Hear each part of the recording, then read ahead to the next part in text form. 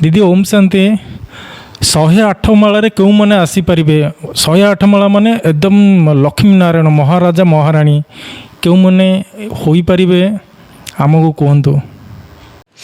ओम शांति 108 माल दाना होगापी ध्यान देवा योग्य केतरा मुख्य कथा जो कथा प्रति आम ध्यान देवा पड़ो ताहले आम 108 मालार दाना हो पारिया।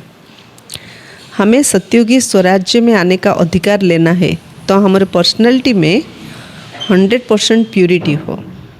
आम कौन चाहूँ सत्यजुगर स्वराज्य अधिकारी होगापी सत्यजुगर राज्य भाग्य प्राप्त करने हेले आमको इम्पोर्टेंट मेन है प्यूरिटी 100% प्यूरिटी दरकार ताहले ही आम सत्यजुगर राज्य अधिकारी हो पारे। अगर वो नहीं है तो क्वेश्चन उठता है पता नहीं कब आएंगे। 108 माला दाना तो दूर कथा जदि प्यूरिटी नहीं पवित्रता नहीं ताले जना नहीं आमे को जुगरे केबे आसिया। 100% प्यूरिटी दरकार 108 माला दाना हवा ना। आगे आएंगे या पीछे आएंगे हम ही कल्प पहले विजय माला में आए थे, अभी भी 108 की विजय माला के दाने हैं और फिर होंगे, ये सदा स्मृति रहे। आगरे आसीबा कि पछरे आसीबा प्रश्न न उठू सबुले मन रखिया मु ही विजय मालार दाना हेइथिली 108 मालार दानारे आसीथिली कल्प पूर्वे आसीथिली एबे मध्य आसीबी परे मध्य मु आसीबी मु ही बारंबार 108 मालार दाना हेबी एक कथा सबुले आमे मन रखिया कहीं आमे जेमती भाबिबा सेमती निजको गढ़िबा। सेथिपई किए आसीबो केमती आसीबो मु केमती हेबी ना मु ही आसतिली मते ही आसियार अछि। सिमरणी में आना है तो सदा सिमरण चलता रहे। सिमरणी हाँ माला को कौन कर घोड़े घूरे गोड़े गोड़े गोड़े गोड़े गोड़े गोड़े मन पकाउछन ना तो सिमरण रे आसिया स्मरण करियार अछि जे सबले बाबा को स्मरण करिवो सी मालार दाना हो पार। सिमरण बुद्धि से करेंगे मन को कहेंगे शांत कर। बुद्धि रे बाबा को मन पकया मन को या शांत रह कारण मन रे बहुत थॉट्स चलता अच्छे ताकू ब्रेक दबार अच्छी आ बुद्धि को बाबा सहित नहीं जोड़ियार अच्छी। मन को दबाते नहीं है उसको प्यार से लोरी देकर सुला देते हैं। मन को दबे नहीं ताकू स्नेहर गीत गायकी जमती शुआई दबा जमती गुलजार दादी देहरे बाबा आसती आमे बाबा मिलन करती। बाबा मिलन कले दादी को समस्त प्रश्न पचारती दादी बाबा जिते आसती आपणकर मनस्थिति केमती था तो दादी कहती जमती बाबा मत स्नेह शुआई दौरान आउ बाबा मोर शरीर जमती सेबारे यूज कर मत एमती फील हो। तो मन को दबाते नहीं उसको प्यार से लोरी देकर सुला देते हैं। बुद्धि से योग भी लगाए धारणा भी करे फिर सेवा में बुद्धि का अभिमान ना हो। कौन कहले बाबा बुद्धि द्वारा आम जोग लगेबा बुद्धि द्वारा धारणा मध्य करिबा सेवा मध्य करिया मात्र अहंकार न आसु मु भल जोगी मु भल धारणा मूर्त मु भल सेवाधारी ए अहंकार न आसु कारण अहंकारी मनीष भगवान को मोटे पसंद नुह।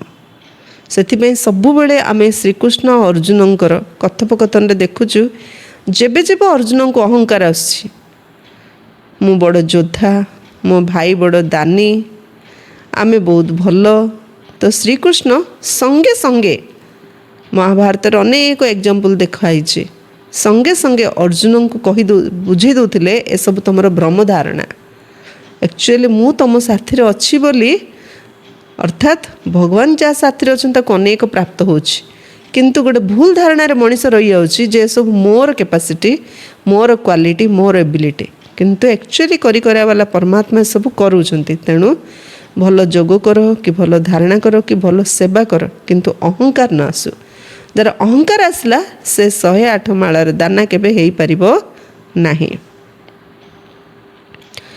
बुद्धि का अभिमान ना हो, देही अभिमानी स्थिति में रहकर सेवा करनी है। बुद्धि द्वारा सेवा करो, बुद्धि द्वारा जोग करो, मात्र बुद्धिर अभिमान केबे न आसु। केमती करिया? आत्म अभिमानी स्थिति रही कि सेवा करिया। बुद्धि कहती है तू देही अभिमानी बन। बुद्धि कौन कहूँ? हे आत्मा, तू एबे देह अभिमान रे पड़े आसु, तू देही अभिमानी है, आत्म अभिमानी है। सिमरणी में आने के लिए कम से कम 108 बातें ध्यान पर रहनी चाहिए। 108 कथा पर ध्यान देवार अच्छे आमको। 108 दानार मालार दाना हवा पाई। उनमें अगर 8 बातें भी मुख्य सिमरण में आ गई तो देह अभिमान खत्म हो जाएगा। 108 रु 8टा कथा मध्य जदि आम बुद्धि रे पड़े आसियो ताहले मध्य आम मालार दाना हो पारिया। देह अभिमान आमर समाप्त हो, नष्ट मोह स्मृति स्वरूप बन जाएंगे। ज्ञान का सिमरण ज्ञान देने वाले की याद दिलाता है। यदि ज्ञान को मन पकेवा, ज्ञानदाता शिव बाबा हमको मने रहिबे।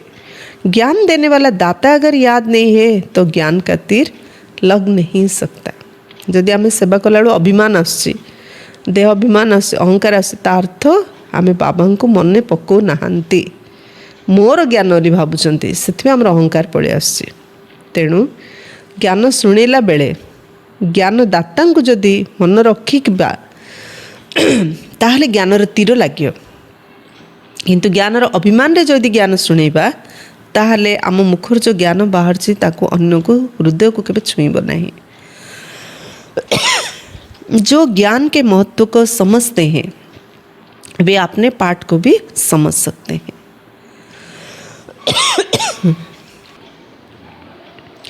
जे ज्ञानर महत्व को बुझिबो से निजर पाठ को महत्व मध्य बुझी पारिबो।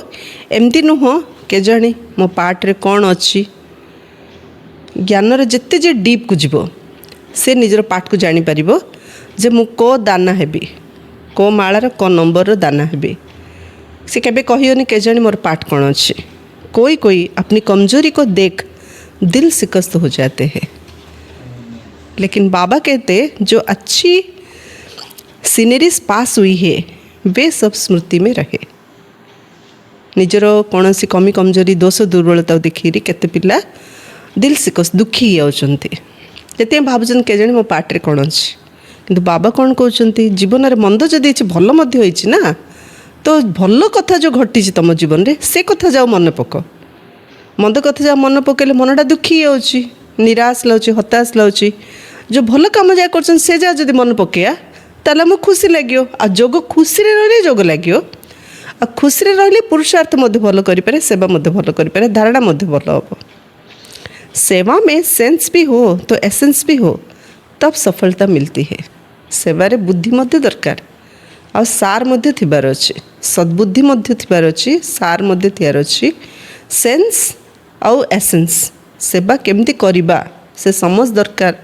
आउ सेथिरे एसेंस बाबा को याद रे आत्मअभिमानी स्थिति रे जदि रहीकि करिबा ताहेले हम सेवार सफलता मिलियो। सेवा केमती करिबा, सेवार गोटे सिस्टम अच्छी, सिस्टमेटिक सेवा करिया पड़ियो। 2 बाबा याद रे आत्मिक स्थिति रहीकि से माने आउटसाइड प्लानिंग मध्य करिया पड़ियो, इनसाइड स्थिति मध्य गढ़िया पड़ियो, ताहेले जाके हम सेवारे सफलता मिलियो।